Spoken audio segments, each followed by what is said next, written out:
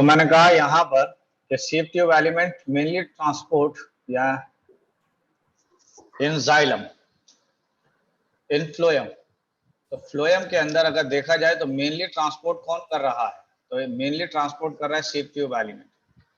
Companion cell nucleus जो है वो कंट्रोल कर रहा है शेप ट्यूब एलिमेंट को as a do not have nucleus. क्या शेप ट्यूब एलिमेंट के पास में न्यूक्लियस होता है, नहीं होता है? नहीं होता। नहीं होता है। तो मैंने कहा कि nucleus is absent in shape tube. तो शेप ट्यूब के अंदर न्यूक्लियस एब्सेंट होगा।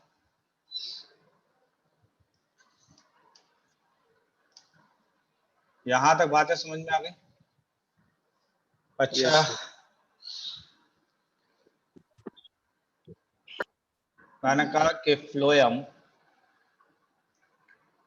ट्रांसपोर्ट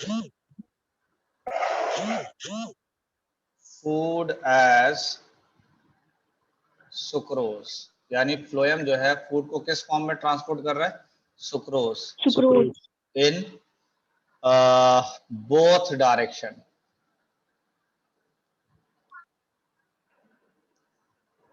बोथ डायरेक्शन समझ रहे हैं, यानी ये बोथ डायरेक्शन में मूव कराएगा। तो ये basically from leaves to other part of the plant, multi directional. Other part of the plant आपने कह दिया इसको मल्टी डायरेक्शन। तो ये मल्टी डायरेक्शन में ट्रांसपोर्ट करेगा, दैट इज अ फ्लोएम। यहां तक बातें समझ में? Yes sir. ओके, नेक्स्ट आइए। सर यहां तक कंप्लीट हो गया ना? Yes sir. चलिए कंप्लीट कर लीजिए इसको पहले। सर जी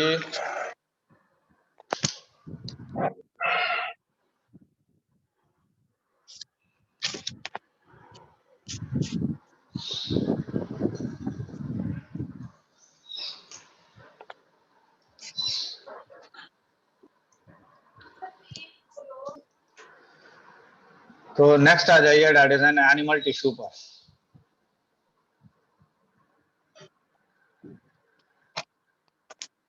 तो आ जाइए एनिमल टिश्यू।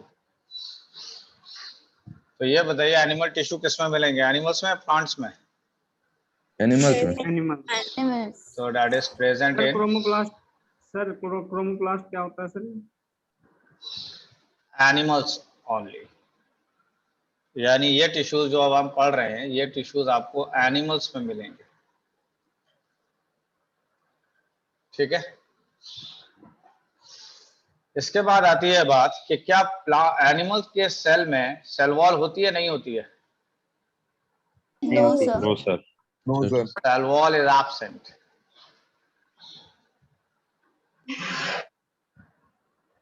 तो सेल वॉल क्या होगी यहां पर? एब्सेंट होगी। क्लियर है? तो अब मैंने एनिमल टिश्यू को कुछ फ्लो चार्ट की शक्ल में या चार्ट की शक्ल में डिवाइड किया है। तो आइए एनिमल टिश्यू को अगर देखा जाए तो ये बेसिकली इतने टाइप के, जी कितने टाइप हो गए? 4 टाइप हो गए। तो सबसे पहला आ जाइए, तो सबसे पहला आ गया दैट इज एपिथेलियल टिश्यू। कौन सा टिश्यू आया? That is N epithelial. दूसरा कौन सा आया? ट्रांसपोर्ट करता है मैंने किससे कर? तो दूसरा आ गया that is a muscular tissue. तीसरा आ जाइए, तो तीसरा है that is a connective tissue. और चौथे की बात कर ले तो that is a nervous tissue. Nervous tissue का एक और भी नाम है that is a neural tissue. Nerve. तो नर्वस टिश्यू का एक और भी नाम है, that is a neural tissue. यहां तक बात समझ में आ रही है? अब आते हैं एपिथेलियल टिश्यू के बारे में थोड़ा सा जान लें। मैंने कहा कि ये स्किन, जहां पर भी आप टर्म यूज करेंगे स्किन, वहां पर एपिथेलियल टिश्यू है। समझ रहे हैं? जहां पर भी आप वर्ड यूज कर रहे हैं स्किन, वहां पर कौन सा टिश्यू मौजूद है? That is N epithelial tissue. Epithelial. जहां पर भी मसल्स मौजूद है, मसल्स, जहां पर भी मसल्स है, तो वो किस में आएगा? That is a muscular tissue. अब मैंने कहा कि कनेक्टिव टिश्यू वो टिश्यू है जो बॉडी के एक पार्ट को दूसरे पार्ट से कनेक्ट कर रहा है। तो मैंने कहा कि ये बॉडी पार्ट है और ये बॉडी पार्ट है ए, और ये दूसरा बॉडी पार्ट है बी, इसको आपस में कनेक्ट कर रहा है। तो एक टिश्यू दूसरे टिश्यू को जब कनेक्ट कर रहा है तो इस तरीके के टिश्यू को आप क्या कहेंगे? Connective connective tissue. Nervous tissue का काम है बेसिकली इंफॉर्मेशन को लेकर आना, यानी इंफॉर्मेशन को डील करना है, इंफॉर्मेशन लेकर आना है, ले जाना है। ये सारे डीलिंग कौन कर रहा है? That is a nervous tissue या न्यूरल टिश्यू। क्या यहां तक बातें समझ में आ रही है, नहीं आ रही है? Yes yes sir. ओके, तो अब सबसे पहले आ जाते हैं हम एपिथेलियल टिश्यू पर। एपिथेलियल टिश्यू को मैंने कहा कि दो टाइप का है। सिंगल एक लेयर है और मल्टी। सिंपल एपिथेलियल टिश्यू, एक कौन सा है? That is a simple epithelial tissue है। सिंपल एपिथेलियल टिश्यू का मतलब हुआ कि ये सिंगल लेयर का होगा। कैसा होगा ये? Single single layer. लेयर। उसके बाद दूसरा मैंने कहा that is N stratified epithelial tissue. और स्ट्रेटिफाइड एपिथेलियल टिश्यू की बात करें तो ये मल्टीपल लेयर का होगा।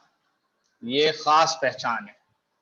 अगर अभी भी समझ में नहीं आया है तो ये ऐसे समझ लीजिए कि अगर सेल्स इस तरीके से एक लेयर लगी हुई है, सिर्फ एक लेयर है, तो आप कह देंगे this is a simple epithelial tissue.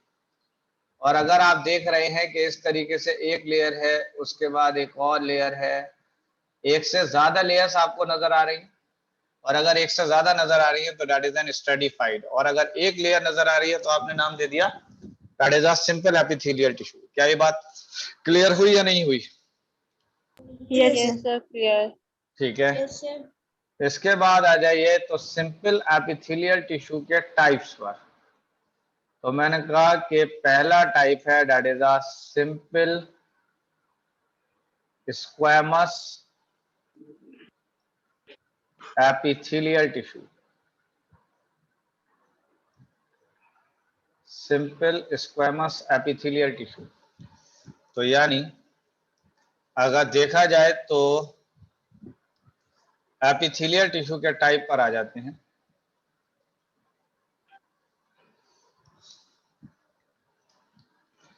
तो और मैंने इस तरफ ले आया, तो पहला वाला हो गया that is a simple squamous epithelial tissue. Simple squamous epithelial tissue. दूसरा मैंने कहा simple cuboidal epithelial tissue.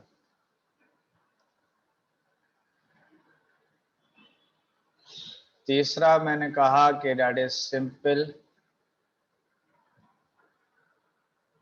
Columnar epithelial tissue. That is simple columnar epithelial tissue. इसके बाद नेक्स्ट आ जाइए तो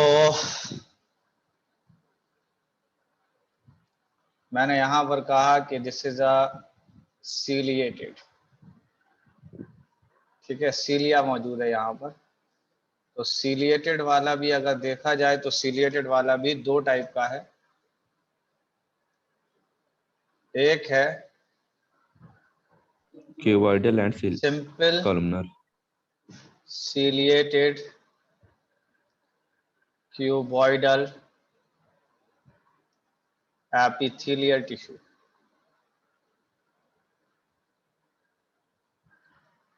इसी तरह यहां पर देखेंगे तो that is a simple ciliated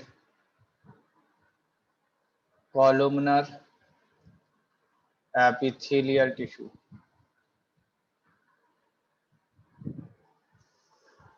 इसके बाद आ जाइए that is a stratified पर आ जाइए।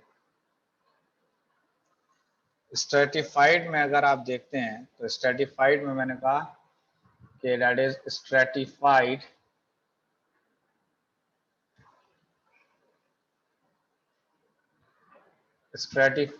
squamous epithelial tissue. Stratified squamous epithelial tissue. फिर मैंने कहा कि stratified columnar epithelial tissue.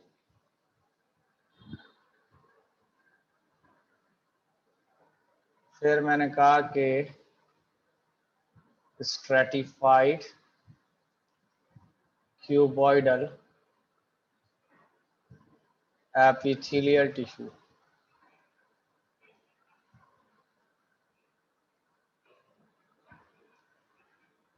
इसके बाद मैंने कहा कि that is a glandular epithelial tissue. So this is the glandular epithelial tissue. एक बात यहाँ पर मोटी मोटी आप समझ लीजिए और यह समझना है कि अगर लिखा है सिंपल, किसी में भी वर्ड लिखा है, ये देख लीजिए सिंपल लिखा है, तो आप समझ जाइएगा कि सिंगल लेयर है। और अगर लिखा हुआ है स्ट्रेटिफाइड तो समझ जाइएगा कि मल्टीपल लेयर है। दैट मीन्स स्ट्रेटिफाइड का मतलब हो गया that is a multiple layer.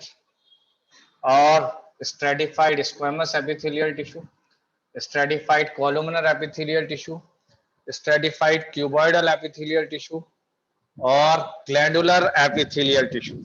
यहां तक बातें समझ में आ रही हैं? नहीं आ रही? Yes, sir. इसके बाद नेक्स्ट कौन सा टिश्यू आया? Muscular tissue. तो आ जाइए मस्कुलर में पहला आ जाइए। तो मैंने कहा कि स्केलेटल मसल्स,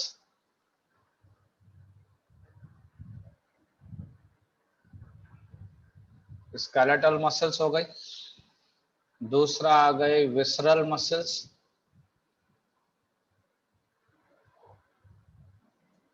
और तीसरी आ गई कार्डियक मसल्स। तो मस्कुलर टिश्यू कितने टाइप का है? 3 type. 3 टाइप का। कौन कौन सा है? स्केलेटल मसल्स, विसरल मसल्स और कार्डियक मसल्स। यहां तक बात समझ में आ रही है? अच्छा ये बताइए कि कनेक्टिव टिश्यू किसको कहते थे हम? ब्लड।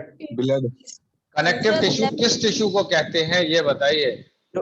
जो एक सर, पार्ट जो connect बॉडी एक पार्ट जो बॉडी के एक पार्ट को दूसरे पार्ट से जोड़ रहा है, that is known as a connective tissue. Clear है? जो कनेक्टिंग का काम करता है। जो कनेक्टिव का काम करता है, कनेक्शन का काम कर रहा है। तो मैंने कहा कि कनेक्टिव टिश्यू में अगर आप देखें तो एक आ गया ब्लड और दूसरा आ गया लिम्फ। तो अगर आप देखें तो ब्लड और लिम्फ तकरीबन एक जैसे होते हैं। ब्लड भी फ्लो कर रहा है, लिम्फ भी फ्लो कर रहा है। क्या ये बात सही है? इसी तरीके से एक आया बोन और एक आया कार्टिलेज। इसी तरीके से अगर आप देखें तो एक आया टेंडन और लिगामेंट और एक आ गया लिगामेंट। इसी तरह एक आ गया एरियोलर टिश्यू और एक आ गया adipose tissue. That is N adipose tissue. Adipose की बात कर लें तो this is a fat. Fat adipose tissue, fat tissue. तो कनेक्टिव टिश्यू कितने टाइप के हैं भाई? 8 8 टाइप के हैं। तो ब्लड के जैसा क्या है? Lymph lymph lymph. उसके बाद बोन के जैसा क्या है? cartilage cartilage. और उसके बाद क्या है? Tendon. टेंडन और टेंडन लिगामेंट एंड लिगामेंट। अब जरा देख लीजिए इसको। तो मैंने कहा कि इसको याद करने का तरीका है दैट इज बड़े भाई लाए, तो यानी बड़े भाई लाए हैं, तो दैट इज BBL। और दिस इज BMT। LLB ठीक है, BMT। अब जरा इसका मतलब समझ लीजिए। तो टेंडन को जोड़ रहा है, यानी टेंडन जोड़ रहा है बोन से मसल्स को। तो मसल से टिश्यू तो मैंने कहा बोन से मसल्स को जोड़ने वाले को क्या कहेंगे आप? टेंडन। टेंडन और बोन से बोन को जोड़ने वाले को क्या कहेंगे आप? लिगामेंट। तो दैट इज लिगामेंट। तो दैट इज बड़े भाई लाए। बात समझ गए? तो यहाँ से लिगामेंट एक बार लॉक हो गया तो टेंडन बचा, तो टेंडन जोड़ देगा बोन टू मसल को। आपने कभी उसका BMT का नाम सुना है? नहीं सुना है? BMT के मसाले आते थे। तो बहरहाल एक BMT है और एक BBL है, इसको याद रखिए। Okay sir. कंप्लीट हुआ? रह गया? हो गया। हो गया सर। आप देख लीजिए इसको अच्छे से।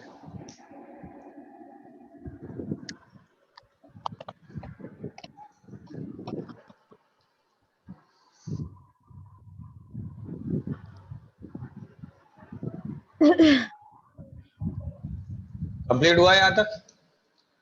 Yes sir yes sir. Yes, sir. ठीक है। तो नेक्स्ट आ जाइए दैट इज नर्वस टिश्यू पर। नर्वस टिश्यू के अंदर और क्या? नर्वस टिश्यू का दूसरा नाम क्या है? Neural tissue. That is neural tissue. ठीक है। और ये जितना भी न्यूरल टिश्यू है ये किसका बना हुआ है, या नर्वस टिश्यू किसका बना हुआ है? तो मैंने कहा कि मेड अप ऑफ न्यूरॉन्स।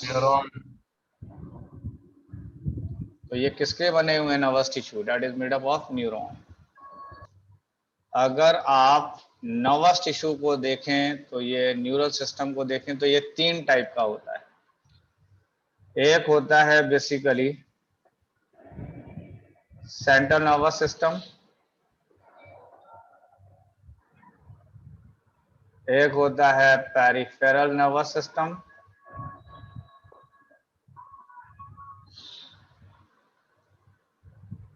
और एक होता है autonomic nervous system.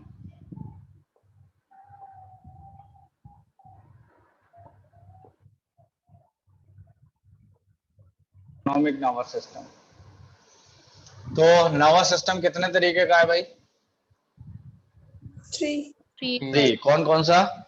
Central central nervous nervous system, system, peripheral nervous peripheral system and और autonomic. Autonomic nervous system. Central nervous system के अंदर 2 चीजें आएंगी सिर्फ। एक आएगा ब्रेन और एक आएगा स्पाइनल कॉर्ड। क्या आ जाएगा? ब्रेन और स्पाइनल कॉर्ड। क्लियर है बात? और पेरिफेरल नर्वस सिस्टम की बात करें तो इसमें 2 चीजें आएंगी। एक आएगा ब्रेन नर्व्स। ब्रेन नर्व्स का दूसरा नाम है cranial nerves. That is cranial nerves है। और दूसरा है दैट इज स्पाइनल नर्व्स। तो पेरिफेरल नर्वस सिस्टम में कौन कौन आया है? दैट इज ब्रेन नर्व्स और स्पाइनल नर्व्स। क्लियर है? Autonomic Yes, nervous sir. System में अगर देखा जाए तो एक आएगा सिंपैथेटिक नर्व्स और एक आएगा parasympathetic nerve.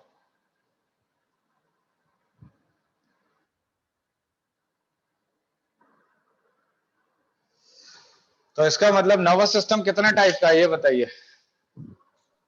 3 Three three, types. कौन कौन सा? Central, peripheral, and autonomic. peripheral and autonomic. Autonomic. अच्छा, सेंट्रल नर्वस सिस्टम में कौन कौन आएगा? Brain and Brain and Spinal spinal cord. Spinal cord. अच्छा ठीक है। और पेरिफेरल नर्वस सिस्टम में कौन कौन आएगा? Brain Brain nerves and spinal nerves. अच्छा, ब्रेन नर्व्स कितनी होती हैं?